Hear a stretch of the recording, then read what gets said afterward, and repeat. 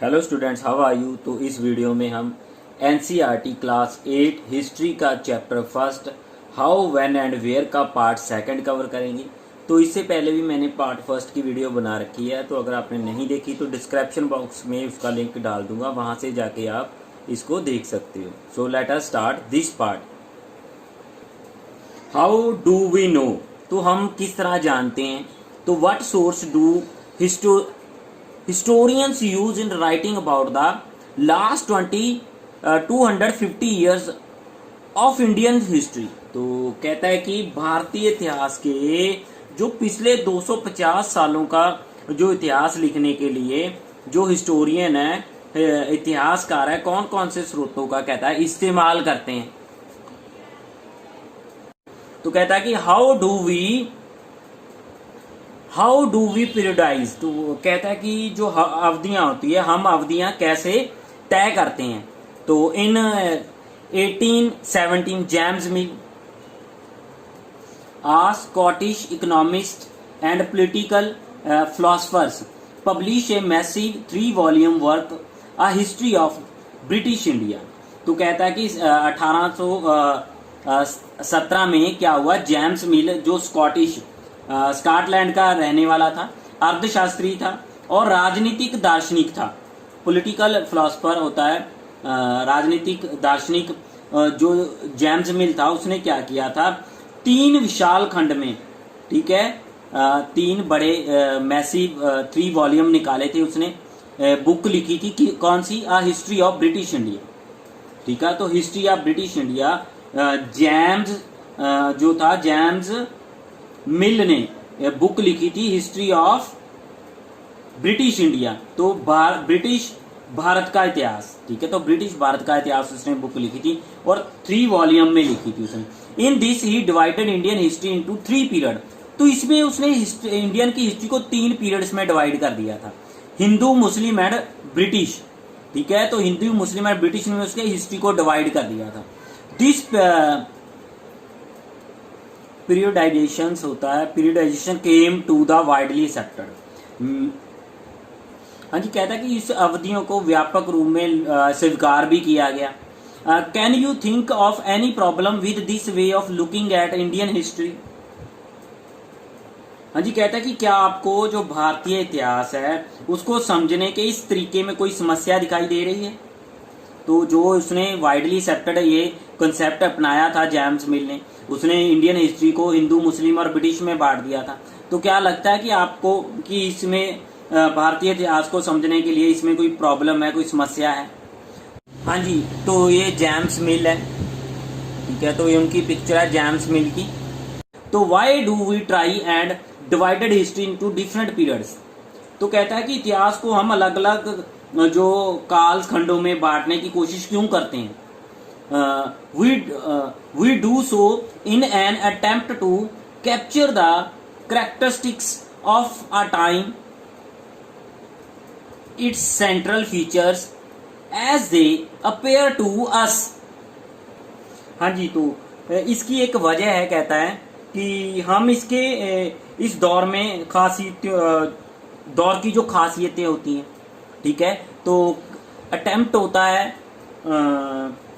पकड़ने की कोशिश करते हैं, अटेम्प्ट कोशिश करते हैं, तो कैप्चर द कैरेक्टरिस्टिक्स कि इस दौर की जो खासियतें हैं उनको, तो उससे केंद्रित जो तत्व होते हैं, सेंट्रल फीचर्स होते हैं, ठीक है, वहां के, ठीक है, उनको पकड़ने की कोशिश करते हैं। So the term through which we periodize that is democrat the difference between periods became important. तो कहता है कि, हाँ जी, कहता है so the term through which we periodized, कहता है कि जिस शब्दों के माध्यम से हम समय समय पर अंतर करते हैं या डिफरेंस देखते हैं उनमें, तो that is demarcates the difference between periods become important। तो कहता है कि वह महत्वपूर्ण हो जाते हैं, ठीक है, तो कहता है कि इसलिए जिन शब्दों के माध्यम से हम समय समय पर अंतर करते हैं वह महत्वपूर्ण हो जाते हैं। दे रिफ्लेक्ट और आइडियाज अबाउट द पास्ट, कहता है कि जो हमारे पास्ट के विचार हैं उनको दर्शाते हैं। यह हमारे जो पास्ट के बारे में, हमारे अतीत के बारे में विचार हैं उनको दर्शाते हैं। हाँ जी, they show how we see the significance of the change from one period to next, तो वह हमें बताते हैं कि एक अवधि से दूसरी अवधि के बीच में आए बदलाव का क्या महत्व है। ठीक है, तो एक टाइम ऑफ पीरियड से दूसरे टाइम ऑफ पीरियड के बीच में जो अंतर आता है उसका क्या महत्व है। Mill thought that all Asian society were at a lower level of civilisation than Europe, तो जो मिल को लगता था कि जो सारे एशियन समाज है ना, जो सामाजिक सभ्यता है एशिया में जो रहते हैं, तो सभ्यता के मामले में यूरोप से पीछे है। तो सिविलाइजेशन होती सभ्यता के मामले में यूरोप से पीछे है। According to his telling of story, तो इतिहास की उसकी समझदारी ये थी कि before the British came to India, Hindus and Muslim despots ruled the country. Despots होता है तानाशाह, ठीक है। तो वो कहता है कि जो उसकी समझ के मुताबिक, इतिहास की उसकी समझ ये थी कि भारत में अंग्रेजों के आने से पहले यहाँ पे जो हिंदू थे और मुसलमान थे, ठीक है, जो भी शासक थे वो तानाशाह का ही राज चलता था। तो वो तानाशाह थे। तानाशाह होता है कि एक राजा है, तो जो उसने कह दिया उस वही कानून बन जाता है। ठीक है, तो इसको क्या बोल देते हैं, तानाशाह बोल देते हैं। जो उसने बोल दिया वही होना है। हाँ जी, तो रिलीजियस इंटॉलरेंस होता है कि धार्मिक वैर, कास्ट टैबोस्ट होता है कि जातिगत बंधन, एंड सुपर स्टेटस होता है आपका अंधविश्वासों, ठीक है, का बोलबाला था। Practice dominated social class, social life. तो कहता है कि यहाँ पे चारों ओर केवल धार्मिक वैर, जातिगत बंधन जो होते हैं और अंधविश्वासों का बोलबाला था। हाँ जी, यहाँ पे एक एक्टिविटी आ गई। कहता है कि इंटरव्यू योर मदर्स और another members of your family to find out about their lifes. Now divide their life into a different periods and list out the significant events in each period. Explain the basis of your predations. तो कहता है कि अपनी माँ या परिवार के किसी अन्य सदस्य के बात करें और उनके जीवन के बारे में पता लगाएं। ठीक है, उनके जीवन के बारे में पता लगाना है। अब उनके जीवन को अलग अलग कालखंडों में बांट के और प्रत्येक जो अवधि की महत्वपूर्ण जो घटनाएं हैं, जो हर एक पीरियड में जो महत्वपूर्ण घटनाएं हुई है उसकी सूची बनाना है। स्पष्ट करे कि आपके कालखंडों को किस तरह तय किया है, तो उसको स्पष्ट भी करना है आपने उसके लाइफ को किस तरह बांटा हुआ है। British rule Mill felt could civilise India. तो मिल की राय में जो ब्रिटिश शासन था भारत को सभ्यता की राहों पे लेके जाएगा, सभ्यता की राहों पर ले जा सकता है।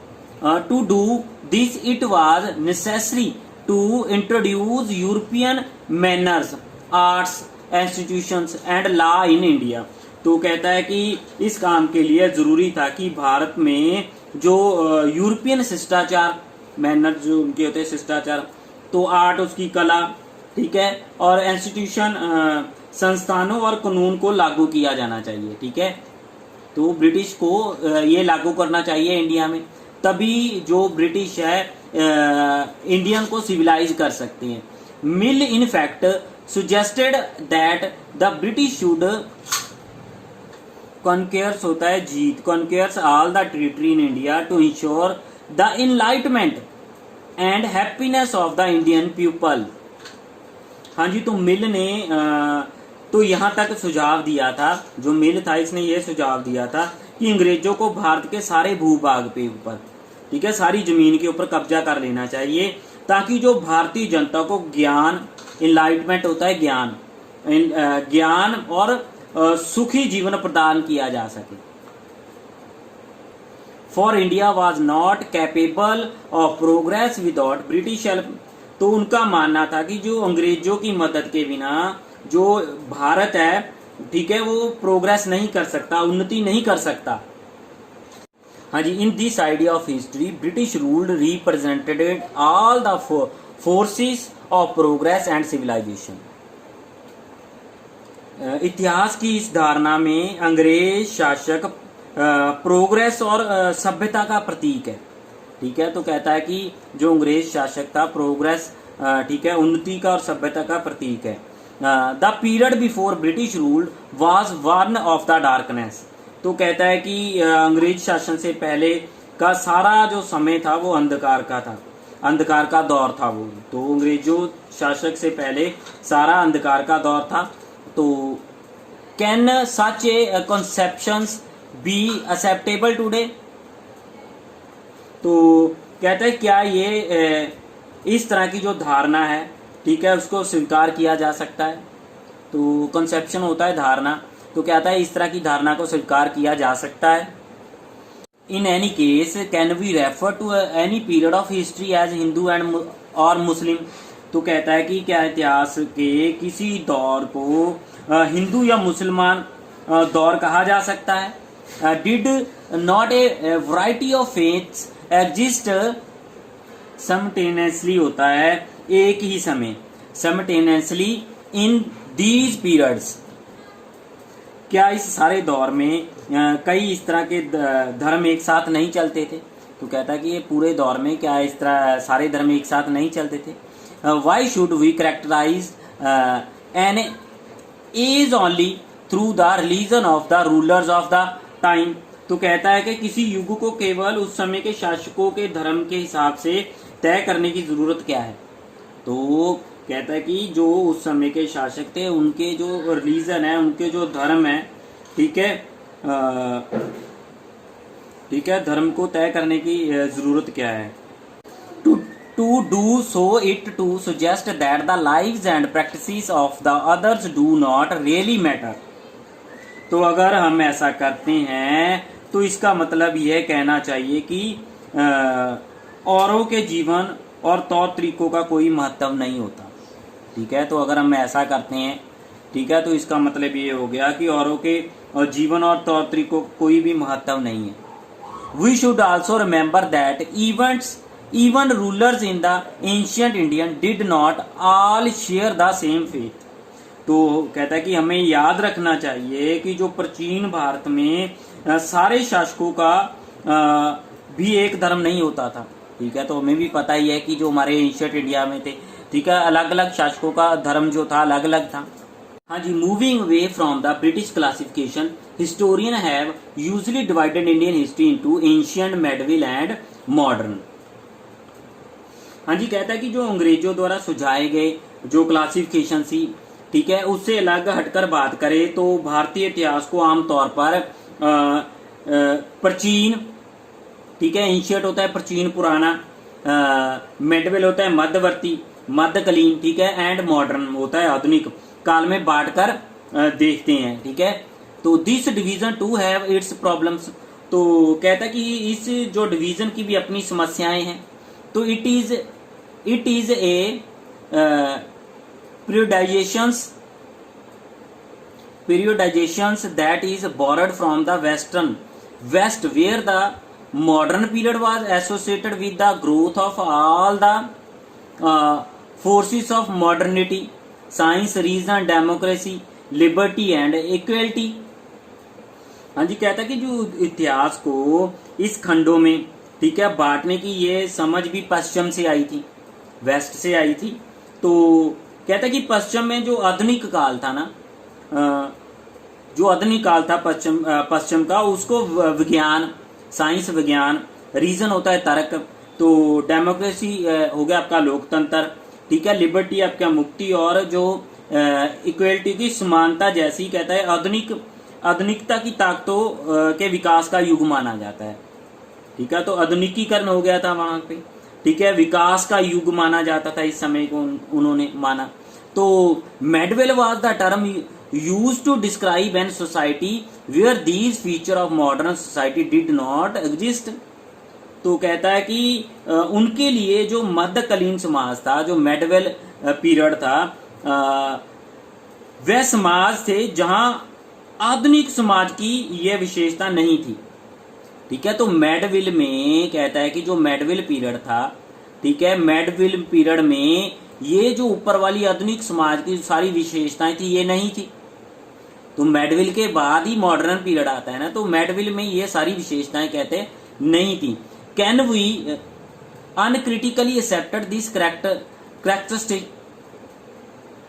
characterizations of the modern period to describe the period of और स्टडी। कहते हैं कि क्या हम अपने जो आधुनिक अध्ययन के लिए, ठीक है, तो अपनी स्टडी के लिए, अध्ययन के लिए जो आधुनिक काल है, ठीक है, आधुनिक काल की इस अवधारणा को बिना सोचे विचारे ऐसे ही अपना सकते हैं। As you will see in this book, under British rule people did not have equality, freedom और लिबर्टी। तो कहता है कि जैसे हम इस किताब में देखेंगे कि अंग्रेजों के शासन के जो अधीन लोगों के पास ना तो समानता थी, ना तो इक्वलिटी थी, ना फ्रीडम थी, स्वतंत्रता थी, और ना लिबर्टी, आजादी थी, मुक्ति थी, ना ही कहता है कि nor was the period one of the economic growth and progress. तो ना ही ये कहता कि आर्थिक विकास और प्रगति का दौर था। तो many historian therefore refer to this period as a colonial. तो कहता है कि बहुत सारे इतिहासकारों ने इस युग को उपनिवेशिक युग कहा है। What is colonial? तो उपनिवेश क्या होते हैं? तो in this book you will read about the way of British came to conquer the country and the establish their rule. Subjugations होता है अधीन करना, लोकल नवाब्स एंड राजास। आज कहता है कि जो इस किताब में हम पढ़ेंगे कि किस तरह जो अंग्रेज थे उन्होंने हमारे जो देश को जीता, ठीक है, जो स्थानीय नवाब थे और जो राजाओं को दबाकर अपना शासन स्थापित किया। तो you will see how they establish control over the economy and society. तो आप देखेंगे कि किस तरह उन्होंने अर्थव्यवस्था व समाज पर कंट्रोल स्थापित किया। मीन्स की collect revenue to meet their expensive, अपने जो सारे खर्च को निपटाने के लिए राजस्व कैसे वसूला उन्होंने, ठीक है। Brought the goods they wanted at low price, अपनी जरूरत की चीजों को सस्ती कीमत पर खरीदना। Produced crops they need for export, निर्यात के लिए जो महत्वपूर्ण फसलें थी उनकी खेती करवाई, जिनकी उनको जरूरत थी, ठीक है, उनकी खेती करवाई भारत में उन्होंने। And you will understand the change that came about a consequence. तो कहता है कि इन सभी के कारण तो क्या बदलाव आए यहाँ पे। तो ये कोशिश उन्होंने की, इनके कारण जो क्या बदलाव आए, ठीक है, तो उन्हीं को अंडरस्टैंड करेंगे, इन बदलावों को समझेंगे। You will also come to know about the changes British rules brought about in values and tastes, customs and practices.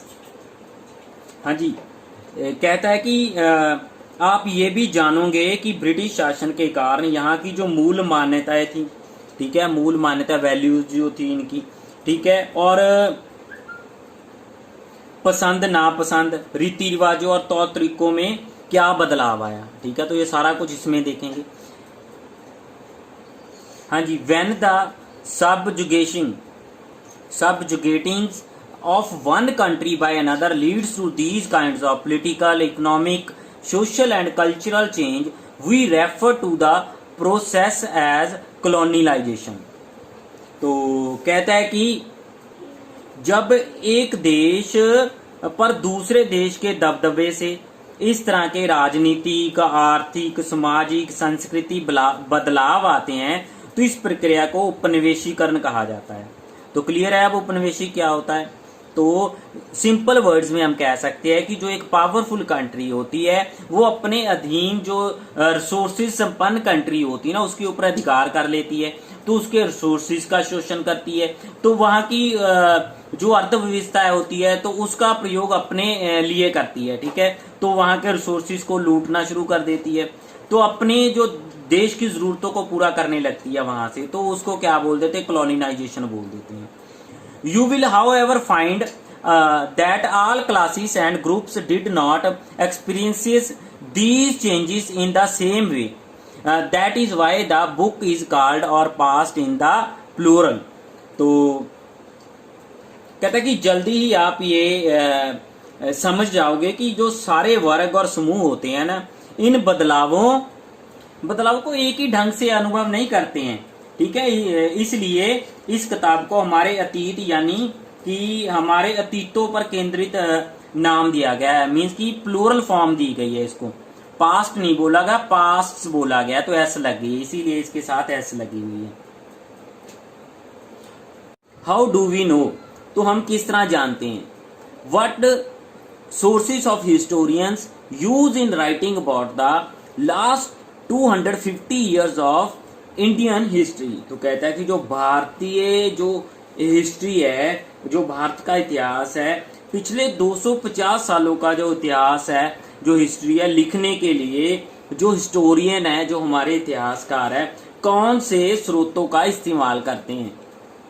Administration produce records, तो प्रशासन अभिलेख तैयार करना। तो कहता है कि one important source in the official records of British administration. तो कहता है कि जो अंग्रेजी शासनकाल के दौरान जो तैयार किए गए सरकारी रिकॉर्ड थे ना, तो इतिहासकारों का एक महत्वपूर्ण साधन है। ठीक है, उस पर बहुत सारी जानकारी इतिहासकारों को मिलती है। The British believe that the act of writing was important. जो ब्रिटिश थे ना, ठीक है, तो उनकी ये मान्यता थी कि जो चीज़ों को लिखना बहुत ही महत्वपूर्ण होता है। ठीक है, हर चीज़ को लिखना महत्वपूर्ण होता है। एवरी इंस्ट्रक्शंस, प्लान, पॉलिसी, तो decision, agreement, investigation had to be clearly written up. तो कहता है कि उनके लिए जो हर निर्देश था, इंस्ट्रक्शन होती है आपकी, निर्देश हो गया। ठीक है, तो प्लान आपकी हो गई योजना। ठीक है, हर योजना। तो पॉलिसी, डिसीजन हो गया आपकी नीतिगत जो फैसले होते हैं। एग्रीमेंट, सहमति हो गया आपकी। और इन्वेस्टिगेशन हो गया, जांच। को साफ साफ लिखना कहता है जरूरी है, सभी को साफ साफ लिखना जरूरी है। One this was done things could be properly studied and debates. ऐसा करने के बाद कहता है कि एक बार हमने ऐसा कर लिया तो चीज़ों को अच्छी तरह से अध्ययन किया जा सकता है। ठीक है, और उन पर विचार विटांद्रा भी किया जा सकता है। तो जो चीज़ें हमारे पास है उनको हमने क्या कर लिया, रिटर्न में लिख के रख लिया, तो उनके ऊपर स्टडी भी की जा सकती है। ठीक है, विचार विटांद्रा भी, उसके ऊपर वाद विवाद भी कर सकते हैं, उनके ऊपर उनको स्टडी कर सकते हैं। डिबेट्स होता है, वाद विवाद कर सकते हैं। This convictions produced an administrative culture of memo, notings and reports. हाँ जी, कहता है कि इस दृढ़ विश्वास ने मेमो, नोटिस और रिपोर्टों की एक प्रशासनिक संस्कृति का उत्पादन किया। British also felt that all important records and letters needed to be carefully preserved.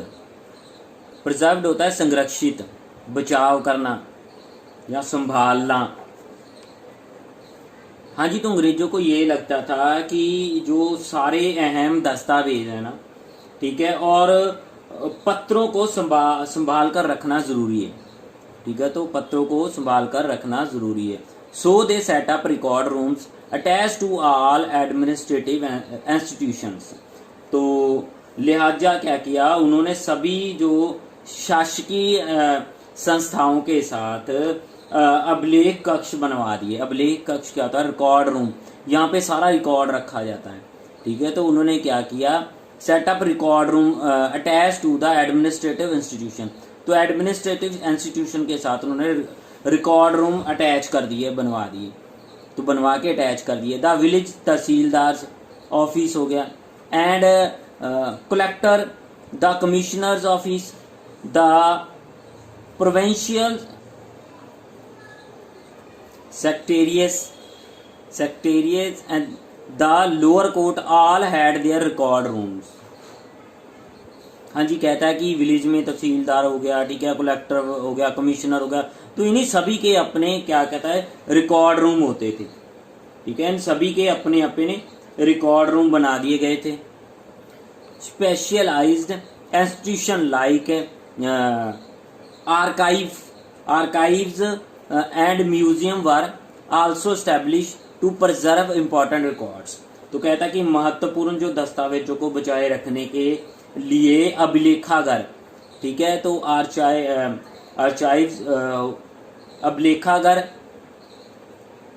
And museum, तो म्यूजियम वर आल्सो स्टैब्लिश, तो इनको स्टैब्लिश कर दिया गया, स्थापित कर दिया गया आर्चाइव्स और म्यूजियम को, ताकि जो प्रिजर्व कर सकते, बचा सके जो इम्पोर्टेंट रिकॉर्ड है उनको। Letters and memos that move from one branch of the administrations to another in the early year of the 19th century can still be read in the archives. तो कहता है कि 19वीं जो सदी के शुरुआत में, ठीक है, जो प्रशासन की एक शाखा थे, जो एडमिनिस्ट्रेशन के एक ऑफिस से, एक शाखा से दूसरी जो शाखा के पास भेजे गए जो लेटर्स होते थे ना, पत्र होते थे, और यापनों को आज भी हम कहता है कि आर्चाइव्स होता है अभिलेखागारों में देख सकते हैं। तो जो पुराने लेटर्स वगैरह सारे होते थे, तो उनको आज भी हम अभिलेखागारों में जाके देख सकते हैं। You can also study the notes and reports that district officials prepared or the instructions and directives that were sent by the officials at the top of the provincial administrators। प्रोविंशियल्स होता है इलाकाई, जो उस इलाके का प्रशासन। हाँ जी, कहता है कि यहाँ पे आप जो जिला अधिकारियों द्वारा तैयार की गई नोट्स होते थे ना, या रिपोर्ट्स होती थी, उनको पढ़ सकते हैं, या ऊपर बैठे जो ऊपर वाली पोस्ट पे जो ऑफिसर्स होते थे, उनके द्वारा प्रांतीय जो नीचे अधिकारी होते थे, उनको भेजे गए निर्देश और सुझाव देख सकते हैं। तो in the early years of the 19th century these documents were carefully copied out and beautifully written by the calligraphist. तो कैलियोग्राफिस्ट होता है जो सुंदर तरीके से लिखने वाले होते हैं, that is by those who specialised in the art of beautiful writing. हाँ जी, कहता है कि 19वीं सदी के शुरुआती सालों में ना इन दस्तावेजों की सावधानी पूर्वक बहुत सारी नकलें बनाई गई, कॉपीज बनाई गई। तो कहता है कि ये जो कॉपी बनाई गई थी, ये कैलियोग्राफिस्ट द्वारा बनाई गई थी। ये वो लोग होते हैं जो बहुत सुंदर तरीके से राइटिंग करते हैं, ठीक है, जो भी उनको दिया जाता है उसको सुंदर तरीके से लिख देते हैं, ठीक है। तो स्पेशलाइज्ड होते हैं इस फील्ड में, वो स्पेशलाइज्ड होते हैं इस फील्ड में, लिखने वाली फील्ड के, बहुत सुंदर लिखने में।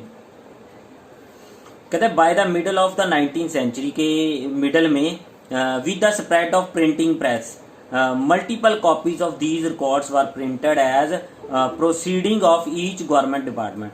तो जो प्रिंटिंग प्रेस के फैलने के कारण, स्प्रेड होने के कारण, कहता बहुत सारी जो कॉपीज होती थी ये रिकॉर्ड्स की प्रिंटेड कर दी जाती थी as proceeding of each government ward. तो जो हर एक गवर्नमेंट डिपार्टमेंट के लिए, ठीक है, जितने भी गवर्नमेंट डिपार्टमेंट्स होते हैं उन्हें भेजने के लिए अब जो प्रिंटेड कॉपी होती थी, मल्टीपल कॉपीज निकाल ली जाती, ज्यादा कॉपीज निकाल दी जाती, तो गवर्नमेंट ऑफिस में उसको भेज सकते थे। हाँ जी, reports to the home department. तो कहता है कि गृह विभाग की भेजी हुई रिपोर्टें, ठीक है, तो जो रिपोर्ट्स गृह विभाग द्वारा, ठीक है, भेजी गई थी वो है, इसमें एक रिपोर्ट को छापा हुआ है। तो कहता है कि in 1946 the colonial government in India was trying to put down a mutiny. तो म्यूटनी होता है गदर, that broke out on the ship of the Royal Indian Navy. हाँ जी, तो सन 1946 में जो भारत की उपनिवेशिक सरकार थी, उपनिवेशिक सरकार जो अंग्रेज थे, ठीक है, तो शाही जो भारतीय नौसेना थी, ठीक है, जो नेवी थी, के जहाज़ों में सिपाहियों की जो बगावत को कुचलने का प्रयास कर रही थी। तो 1946 में जो गवर्नमेंट थी ना, तो वो बगावत को, नाइटिस होता है बगावत को कुचलने का प्रयास कर रही थी, जो रॉयल इंडियन नेवी में हुई थी, जहाज में हुई थी। ठीक है, तो भारतीय नौसेना के जहाज में हुई थी। आगे है, here is a simple of the kinds of reports that home department go from the different dockyards। Dockyards होती है बंदरगाह। हाँ जी, वो कहता है कि उस समय जो अलग अलग बंदरगाहों से जो होम डिपार्टमेंट था ना, जो उनको रिपोर्ट्स मिल रही थी, उसमें से कुछ के नमूने इस प्रकार हैं। तो उसके कुछ नमूने दिए गए हैं यहाँ पे। तो बम्बे आ गया पहला हमारा। हाँ जी, तो मुंबई की रिपोर्ट में क्या लिखता है कि arrangements have been made for the army to take over ships and establishment Royal Navy ship are remaining outside the harbours. Harbours के लिए भी बंदरगाह शब्द यूज होता है, बंदरगाह के लिए हार्बोर्ड शब्द यूज होता है। हाँ जी, कहता है कि इस बात का इंतजाम कर लिया गया है कि जो सेना जहाजों को और दफ्तरों पर कब्जा कर ले। और कहता है कि शाही जो जहाज है ना, नौसैनिक जहाज है, अभी भी कहता है कि बंदरगाह से बाहर ही है। तो कराची की रिपोर्ट आ गई यहाँ पे। तो कहता है कि 301 मुटेनियर्स होता है विद्रोही, mutineers are under arrested and a few more strongly suspected are to be arrested, all establishment are under military guard. तो कहता है कि कराची में जो 301 विद्रोहियों को गिरफ्तार कर लिया गया है। ठीक है, तो कुछ कहता है कि जो संदिग्ध थे, ठीक है, जो संदिग्ध थे, ठीक है, अभी पता नहीं था ये है वही है या नहीं है, विद्रोही है या नहीं है, आर टू बी अरेस्टेड, तो उनको भी अरेस्टेड कर लिया गया है। तो कहता है कि सारे जो दफ्तर हैं, ठीक है, जो सारे दफ्तर है सैनिक निगरानी में है। तो जितने भी सारे दफ्तर है वो सैनिक निगरानी में है। तो आगे हमारा आ गया विशाखापट्टनम लिखा हुआ है, तो विशाखापट्टनम होगा यहाँ पे। तो these position in the completely under control and no violence had occurred. कहता है कि विशाखापट्टनम की रिपोर्ट है, स्थिति कहता है कि नियंत्रण में है, कंट्रोल में है। ठीक है, तो और कहाँ कोई हिंसा नहीं हुई है। तो यहाँ पे कहता है कि और कहीं भी कोई हिंसा नहीं हुई है। Military guards have been placed on ship and establishments, no future troubled is expected except that a few man was refuse to work. तो हाँ जी, कहता है कि जहाजों और अदारों पर जो सैनिक गार्ड तैनात कर दिए गए हैं, किसी परेशानी की उम्मीद नहीं है। तो कहता है कि सिवाय इसके कि संभव है कि कुछ सिपाही काम पर ना आए। तो इसके सिवाय कहता है कि कोई प्रॉब्लम नहीं है कि कुछ सिपाही काम पर ना आए।